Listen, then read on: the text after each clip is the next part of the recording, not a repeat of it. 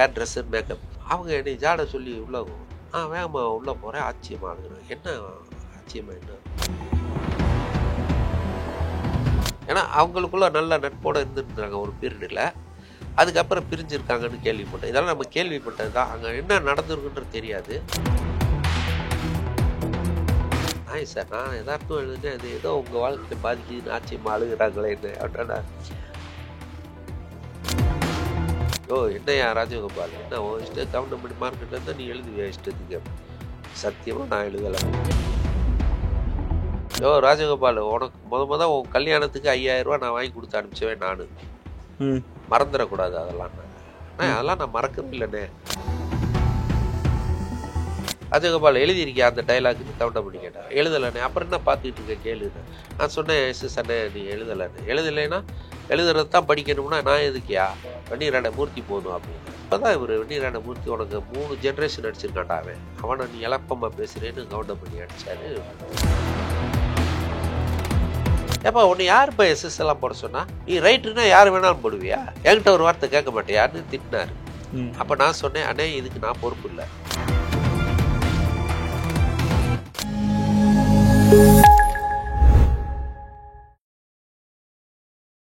Daily எனக்கு இந்த constipation problem. உங்க பிரச்சனைகளை கட்டுப்படுத்த லயன் டேட் சிரப் தினமும் 2 spoon. SAP Cloud Development testing துறைகளில் இலவச பயிற்சிகளை BC Sreni Academy வழங்கி வருகிறது. Eligibility 12 pass, first graduate, low economic family, single parent. Apply through the link in description. நாதஸ் நேயர்களுக்கு திருவேங்கடத்தின் அன்பு வணக்கம்.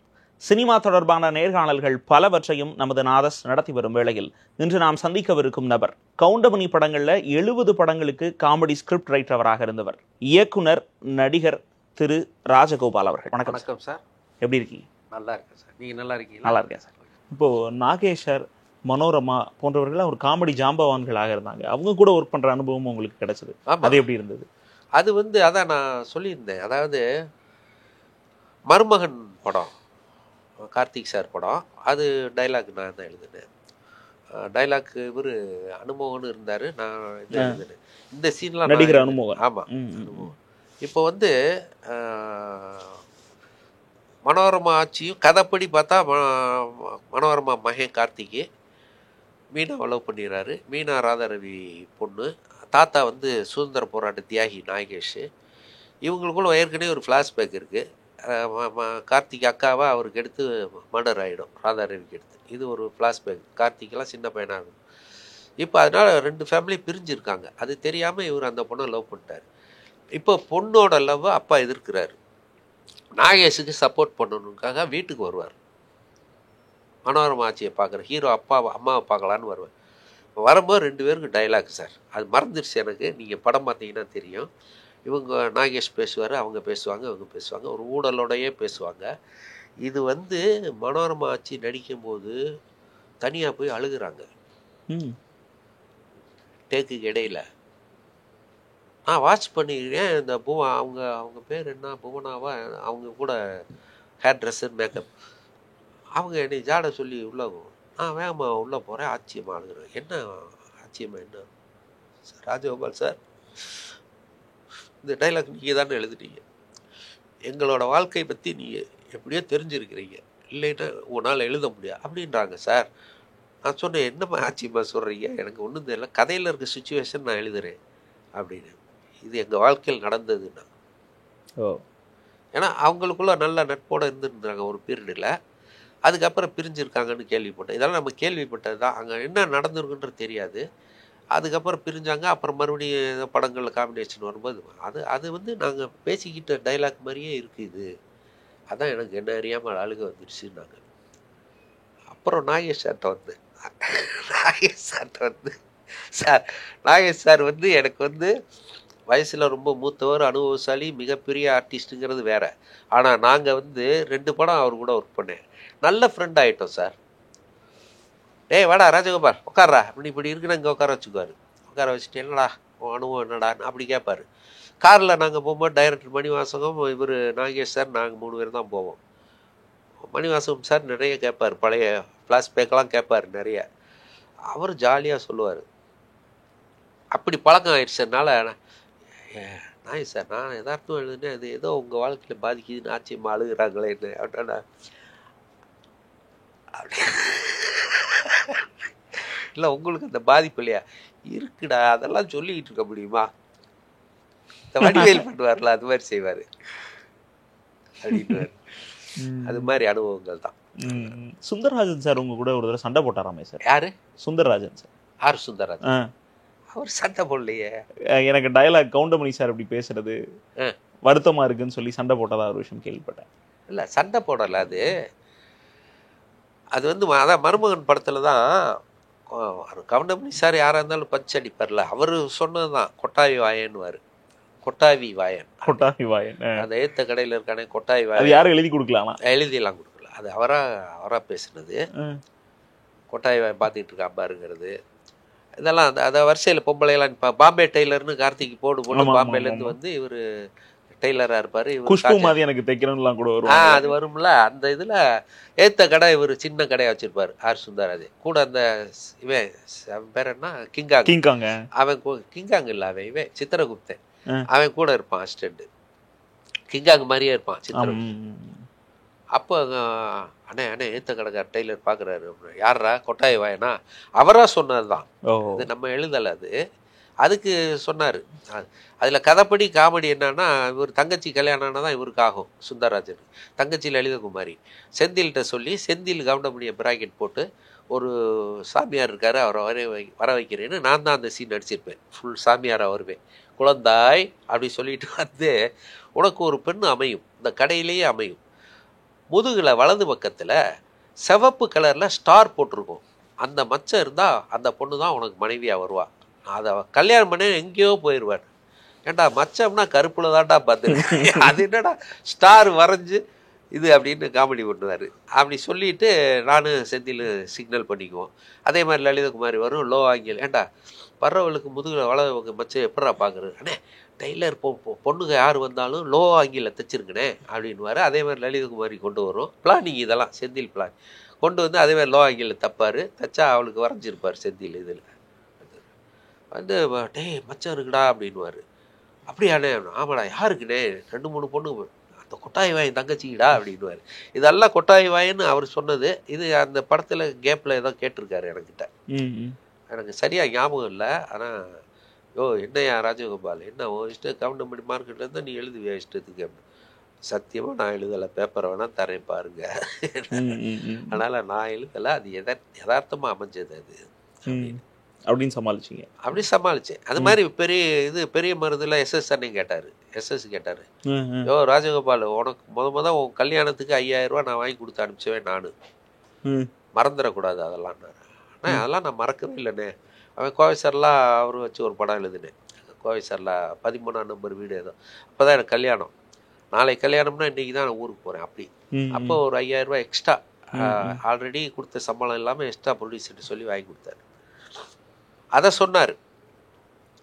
அதை சொல்லிட்டு பெரிய மருந்தில் சில சண்டையெல்லாம் வந்து நிறைய பேட்டியில் சொல்லிட்டு தேஞ்சிச்சு. அது கவுண்டமணி எஸ்எஸ்க்கு சண்டையெல்லாம் வந்து அதில் வந்து நான் எழுதாத டைலாகை சொல்லிட்டாரு எஸ்எஸ். ஏன் கரடி சட்டை போடாமல் உட்காந்துருக்குன்னு கவுண்டமணி. அதுக்கு இவர் கோவம் வந்துச்சு, சண்டை போட்டான். அப்போ என்னை உள்ளே கூப்பிட்டு சொன்னார்.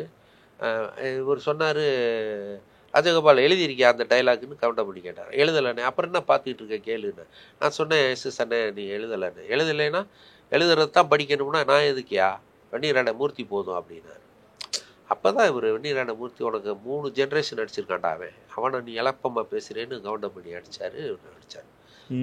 அப்புறம் ரூமுக்குள்ளே கூப்பிட்டு என்னை கேட்டார், உனக்கு 5000 ரூபா கல்யாணத்துக்கு அனுப்பிச்சவேன், நீ எனக்கு இப்படி எழுதலாமான்னார். நான் சொன்னேன், அண்ணே நான் டைலாகில் நீங்கள் வேணால் பாருங்கள், நான் சத்தியமாக எஸ்எஸ் டைலாக் இது கவுண்டமணி டைலாக்னு எழுதவே இல்லை.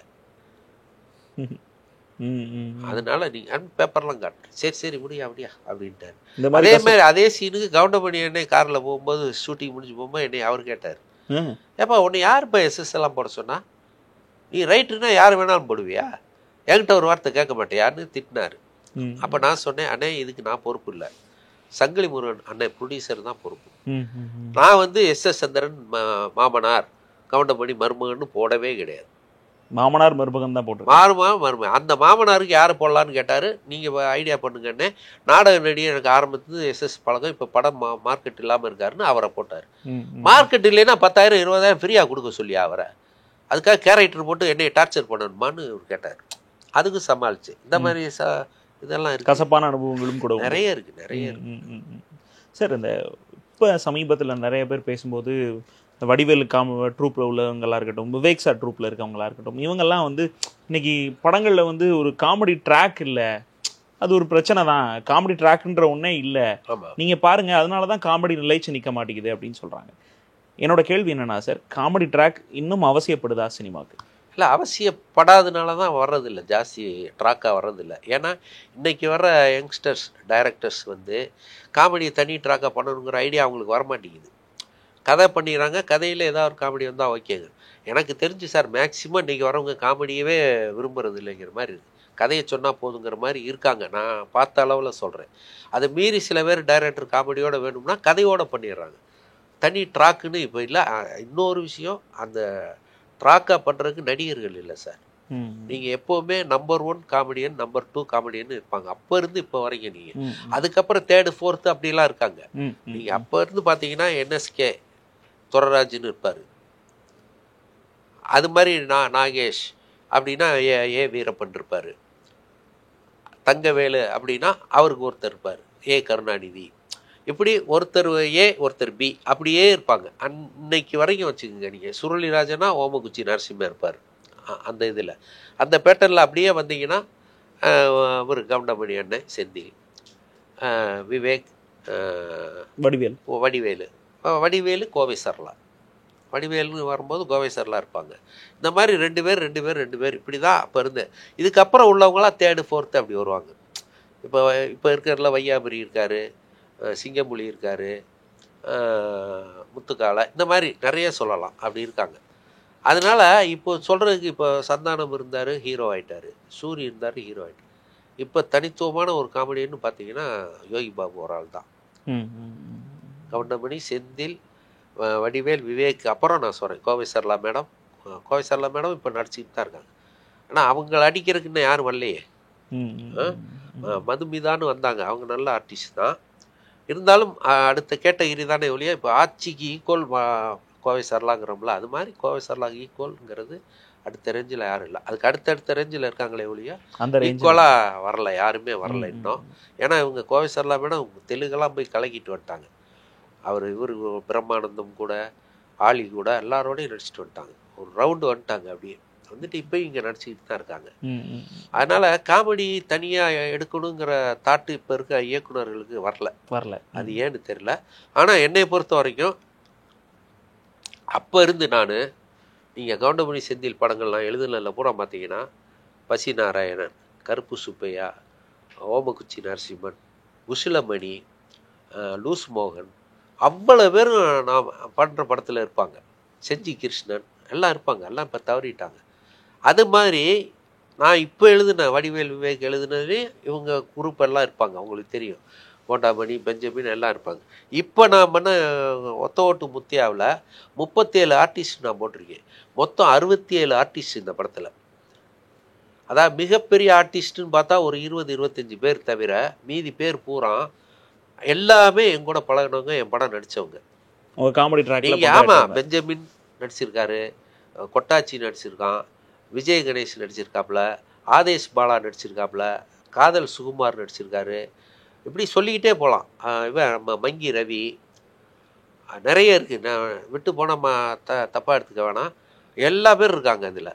அவ்வளோ பேருக்கு ஒரு சீனோ 2 சீனோ பண்ணணும் அப்படின்னு சொல்லி பண்ணியாச்சு.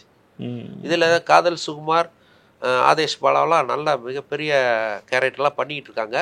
அவங்க விரும்பினதுனால. ஏன்னா கேரக்டர் இல்லாட்டி கூட அவங்க ஒரு சீனாவது கவுண்டமணி சார் கூட நடிக்கணும், நீங்கள் சம்பளம் பிரச்சனை இல்லை அப்படி சொல்லி ஒரு 2 நாள் 2 பேருக்கும். காதல் சுகுமார் சின்ன ரோல் தான், நீங்கள் கேட்டதுக்காக பண்ணுங்கன்னு பண்ண. இது மாதிரி நிறைய பேர். அண்ணாச்சி கூட நான் சம்பளமே வேணாம், நான் நடிக்கணும் கவுண்டமணி சார், ஓகேன்னு நான் சொன்ன டேட்டு அவர் வர முடியல. திருநெல்வேலி ஏதோ ஷூட்டிங்கில் இருக்கேன், அதை மாற்றி வைக்க முடியுமான்னாரு. கவுண்டமணி என்ன டேட்டு நான் எப்படி அண்ணாச்சி மாற்றுறது, பரவாயில்ல அண்ணாச்சி அடுத்த இதில் பார்த்துக்கலாம் அப்படின்னு. சரி, இப்படி நிறைய எல்லாம் நடிச்சுக்காங்க. ஆர்த்தி கணேஷ், ஒரு ரசிகர் பட்டாளம் இருக்கு பெரிய. அதான் சொல்கிறேனே, தனியாக நான் எண்ணி பார்த்தேன்னா 37 பேர் தனியாக இருப்பாங்க. மொத்த டோட்டல் ஆர்டிஸ்ட் பார்த்தீங்கன்னா 67 பேர் படத்தில். எல்லாமே நட்சத்திர பட்டாளம் கூட கவுண்டமணி சாரோட ரசிகர் பட்டாளம் கூட ரசிகர் பட்டாளம் எல்லாமே விரும்பி நடிச்சது தான். எல்லாரும் அவர் படம்னாலே காம்பினேஷன் இல்லாட்டி கூட பரவாயில்ல, அவர் படத்தில் நான் நடிக்கணும் அப்படின்னு நடிச்சிருக்காங்க எல்லாரும்.